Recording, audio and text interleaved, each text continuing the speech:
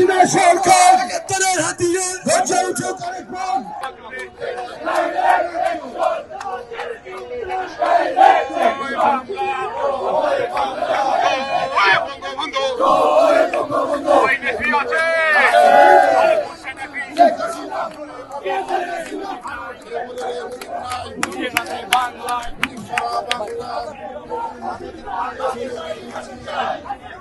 বন্ধুরা, ভিডিওতে আপনারা যেমনটা দেখলেন, নোবেল বিজয়ী ইউনূস সাহেব আমেরিকার মাটিতে পা দেওয়া মাত্রই চারিদিকে কীরকম হই হুল্লোড় হইচই পড়ে গিয়েছে।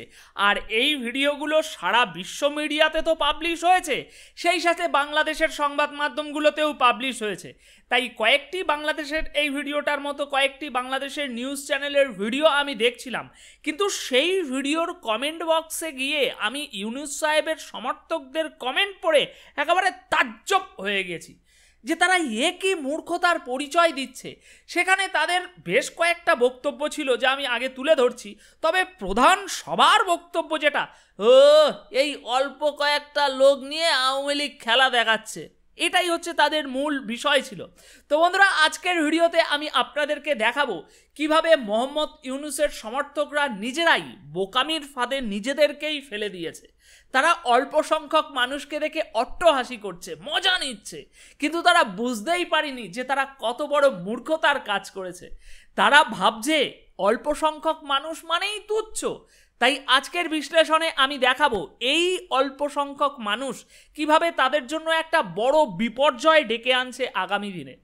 যারা এখন হাসছে তারা আসলে নিজেদের অজান্তেই নিজেদের রাজনৈতিক ভবিষ্যতের উপরে আঘাত আনছে। চলুন এবার এই বোকামির আসল চিত্রটি বিশ্লেষণ করা যাক। বন্ধুরা, মোহাম্মদ ইউনূসের সমর্থকরা এক বিশাল ভুল ধারণা নিয়ে চলছে। তারা মনে করছে আমেরিকায় ইউনূসের বিরুদ্ধে এই যে আন্দোলন হয়েছে তা তার ক্ষমতাকে হুমকির মুখে ফেলতে প্রস্তুত করা হয়েছে, কিন্তু বাস্তবতা হলো এই আন্দোলনের উদ্দেশ্য ছিল তার ক্ষমতাকে সরাসরি আঘাত করা নয়, বরং বিশ্ববাসীর সামনে তার ওই নোবেলজয়ী মর্যাদার মুকুটে একটু কলঙ্কের দাগ লাগানো। যারা এই ঘটনাকে কেবলমাত্র অল্প কিছু সংখ্যক মানুষের প্রতিবাদ বলে উড়িয়ে দিচ্ছে তারা ভুল করছে। তারা বোঝেনি এই আন্দোলন ছিল তার আন্তর্জাতিক ইমেজের উপরে প্রথম চাপেটাঘাত। এটা ছিল স্রেফ শুরু। কৌশলগতভাবে চিন্তা করলে বোঝা যাবে এই অল্প সংখ্যক মানুষ ছিল কেবল একটি ক্ষুদ্র বিন্দু, যা একটি বৃহত্তর রাজনৈতিক প্রচেষ্টার সূচনা মাত্র বলতে পারেন। ইউনূসের সমর্থকরা এটা অবহেলা করছে, কিন্তু তারা ভুল করছে। তারা বুঝতে পারেনি এই প্রতিবাদ ইউনূসের রাজনৈতিক ক্ষমতাকে সরাসরি চ্যালেঞ্জ করার জন্য নয়, বরং তার প্রতি বিশ্ববাসীদের যে একটা সম্মান আছে সেটাকে ধ্বংস করার জন্য। আপনারা কি কখনো কোনো নোবেল বিজয়ীর বিরুদ্ধে এভাবে বিক্ষোভ দেখেছেন? একজন নোবেল বিজয়ীকে কোথাও এভাবে অপমানিত হতে দেখেছেন? না, আমি দেখিনি, আপনারাও দেখেননি, এবং বিশ্বের কোনো মানুষই এমন কিছু আগে কখনো দেখেনি। কিন্তু আজ আমি, আপনি, এমনকি গোটা বিশ্ব প্রথমবারের মতো দেখলো যে একজন নোবেল বিজয়ী, শান্তিতে নোবেল বিজয়ী কোথাও গিয়ে স্বাগতমের বদলে এরকম বিক্ষোভের মুখে পড়েছে। তার নামে উঠে আসছে বিচ্ছিরি বিচ্ছিরি সব স্লোগান। এর মানে কি? এর পিছনে কি বার্তা আছে? এই ঘটনাটি থেকে বোঝা যায় মোহাম্মদ ইউনূসের সেই মর্যাদা আর রইল না রে ভাই। তার রাজনৈতিক অবস্থান, তার আন্তর্জাতিক সম্মান সবকিছুই এখন প্রশ্নবিদ্ধ। এটা কোনো ছোটখাটো ঘটনা নয়। ইউনূসের মাথামোটা সমর্থকরা এটাকে অল্প লোক বলে হাসছে, কিন্তু তারা বুঝতেই পারছে না যে এমন ঘটনা তাদের নোবেলজয়ী আব্বার ইমেজের উপরে কত বড় একটা দাগ হয়ে রয়ে গেল, যা আর কখনো মুছে ফেলা যাবে না। আজ বিশ্বের সামনে তিনি আর ওই নোবেলজয়ী সেই গৌরবময় ব্যক্তিত্ব নন। আজ তিনি এমন একজন ব্যক্তি যার বিরুদ্ধে তার নিজের দেশের মানুষ পর্যন্ত বিক্ষোভ দেখাচ্ছে। এখন বিদেশের মানুষ তো আর এটা বুঝবে না যে আপনারাই হলেন আসল দেশপ্রেমিক, আর যারা এখানে বিক্ষোভ করছে মানে আওয়ামী লীগের লোকজন, এরা সব দেশদ্রোহী। এটা তো আর বিদেশের মানুষ বুঝতে পারবে না, তাদের কাছে তো সবই বাংলাদেশের মানুষ। সুতরাং তাহলে এবার বলো, বল কোন দিকে গেল? নোবেল বিজয়ীর পিছনে ঢুকেছে তো।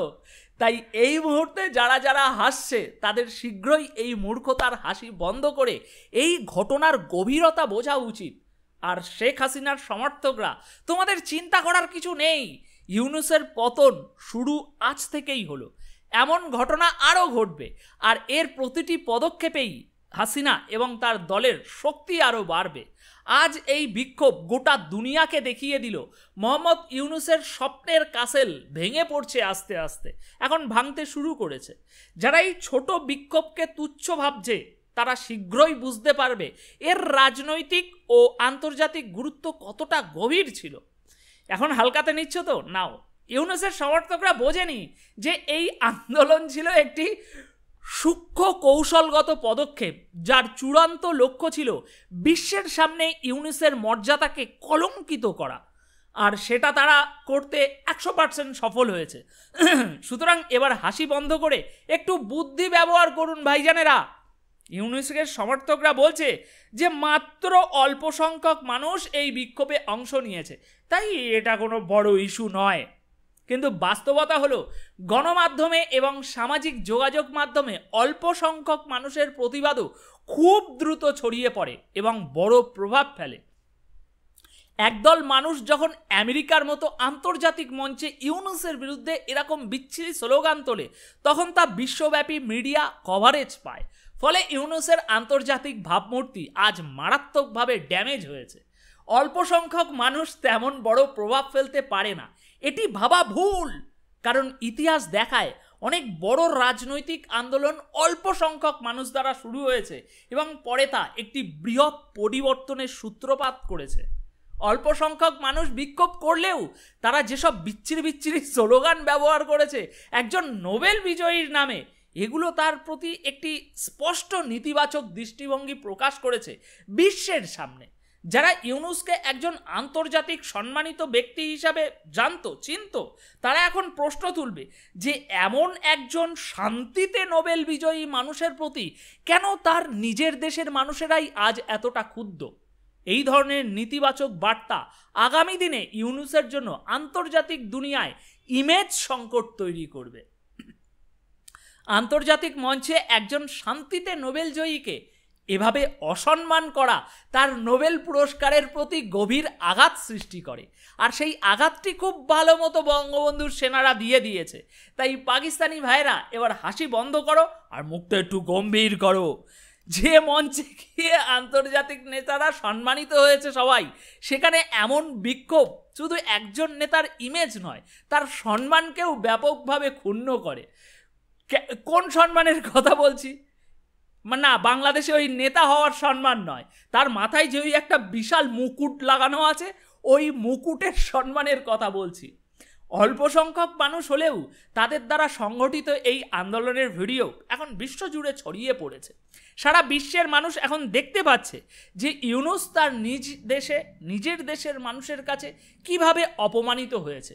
ইউনূসের সমর্থকরা যতই বলুক যে এটা তেমন কোনো বড় বিষয় নয়, কিন্তু বাস্তব কথা হলো লুঙ্গি তুলে যতই মুখ ঢাকো না কেন ভাই, দুনিয়ার সামনে মুখে কালিজা লাগার লেগে গিয়েছে। ইউনূস সাহেবের সমর্থকরা যতই বলুক যে অল্প সংখ্যক মানুষের বিক্ষোভ তেমন কোনো বড় ইস্যু নয়, কিন্তু বাস্তব কথা হলো আন্তর্জাতিক মিডিয়া কভারেজ, নেতিবাচক ইমেজ, বাজে বাজে স্লোগান, এগুলো সব একত্রিত হয়ে তার ওই নোবেল জয়ী টাইটেলটির উপরে আজ ব্যাপকভাবে ড্যামেজ হয়েছে। কিছু মানুষকে আবার বলতে শুনলাম, যাই হোক আওয়ামী লীগের বিক্ষোভ দেখে কিছুটা হলেও বিনোদন পেলাম।